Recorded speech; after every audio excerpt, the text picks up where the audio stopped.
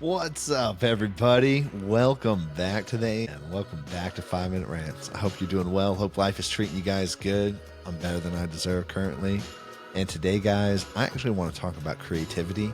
And I actually want to talk about one of the processes that I have for creativity, for vision. So, a couple things. First, I want to talk about the way that we think and operate. So, oftentimes, I will personally have thoughts and ideas, right? Oh, they just come in random moments, different things, whatever I'm doing, what I'm doing sparks something else. Okay. So there's thoughts that come up. And the process I want to talk about is I actually pause and document the thoughts and document the idea and just pause and have a brief outline of what just came up. And the reason why is this: thoughts are very fleeting. And if you don't capture them, oftentimes it is very hard to go back to capture that idea, to capture that vision.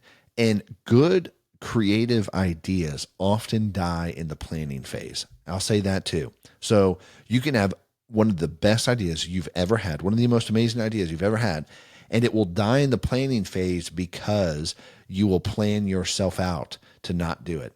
You'll plan out why not to do it. You'll list all the reasons of why not to do it. But if you look at some of the most amazing things you've probably ever done in your life, and you can look back and see that, they've come from thoughts of creativity that have come into your mind, and then you've acted on them, and you haven't actually second guessed your way out of them or planned your way out of them. So anyways, going back to my thought process and really my process for documenting creativity.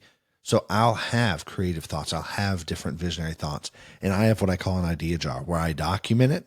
Cool. This is for a later time. I'll document it. I'll have enough information like it's written down.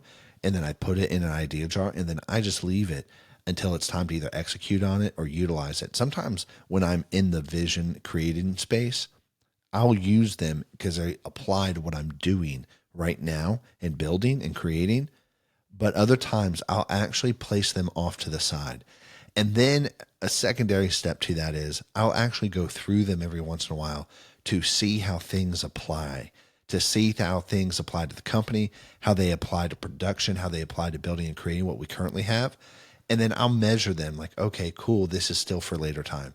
And I'll take that and continue to allow it to just sit there. I'm saying all of this because when I started doing that, a lot of things began changing with how I worked. A lot of things began changing with how I executed because of all those thoughts. They were pieces oftentimes to what I was building, but for the way that I think, they're pieces that were 5, 6, 7 steps down the road. And at the time, I didn't always see it. I didn't know it, but it's documented there, and I can actually come back, take from it, and utilize it at a later time. It's interesting how finite we are as people, even the thoughts we have, how they will come in and it's like they're gone with a breath, like they just left and they're gone. And then it's harder to recall and it's harder to actually recapture that moment you have. Because when you have really creative thoughts, when you have very visionary thoughts, there's like life to them. And there's this whole emotion connected with them, and a whole emotion to where it's like, wow, this is amazing. It's not just a simple, oh, wow, here's an idea.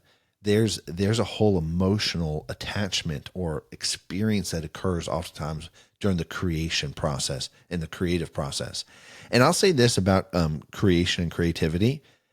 I'm not just talking about music or art. Cool. Those are creative. However, you have to be a highly creative individual to be an engineer. You have to be a highly creative individual to code. Math is art, and art is math. And you can look up that quote. I believe it's by Leonardo da Vinci, to where he says, study the science of art and study the art of science. It's something along those lines. I'm probably butchering it horribly. But the point of all this is that you are highly creative no matter where you're at, because it involves people. It involves problem solving. It involves creating something. If you're building and creating something, it involves creativity. And so this documentation and this process of how I call it the idea jar to put things away has really transformed a lot of stuff, because awesome, as stuff comes and goes, there's a document of it. And it may not be used or not, but it's been great. Anyways, guys, I'll catch you later. Peace.